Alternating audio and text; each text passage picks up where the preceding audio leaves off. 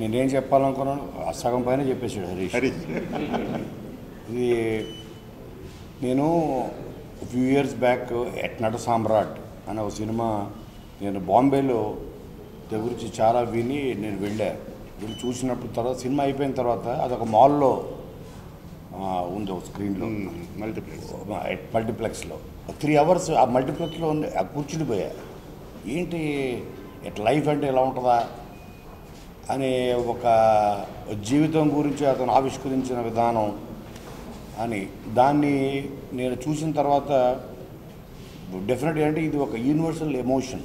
ఒక అమ్మా నాన్నల మీద పిల్లలు వాళ్ళ మధ్య ఉండే బంధం స్లోగా ఎలా ప్లాస్టిక్ అయిపోతుంది, ఎలాగ దూరం అయిపోతారు అన్నది యూనివర్సల్. ఇది ఈవెన్ హాలీవుడ్లో తీసినా కూడా ఇది ఒక నేటివిటీ అన్నది రిలేషన్స్ ఉండదు.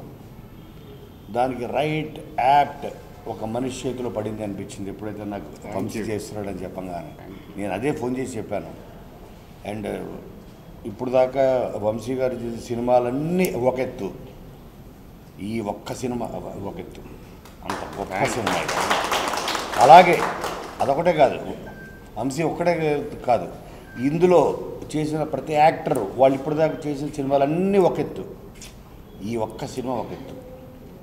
ఎంత ఎమోషనల్గా మూవ్ చేసింది. అందుకని ఇంటర్వెల్లో కూడా నేను ఆడిటోరియంని ఆ థియేటర్ని వదిలి బయటకు రాబోతు కాలేదు. I didn't want come out of that emotion. అందుకనే నేను అక్కడ కూర్చుండిపోయాను. So it's great great great movie. ఇది తప్పకుండా ప్రతి వాళ్ళు ఇది చూసి ఆదరించి మీ ఇంటికి కాదు మీ జీవితంలో ఇది ఒక భాగం అయిపోతుంది రంగమార్తాండ నమ్ముతున్నాను.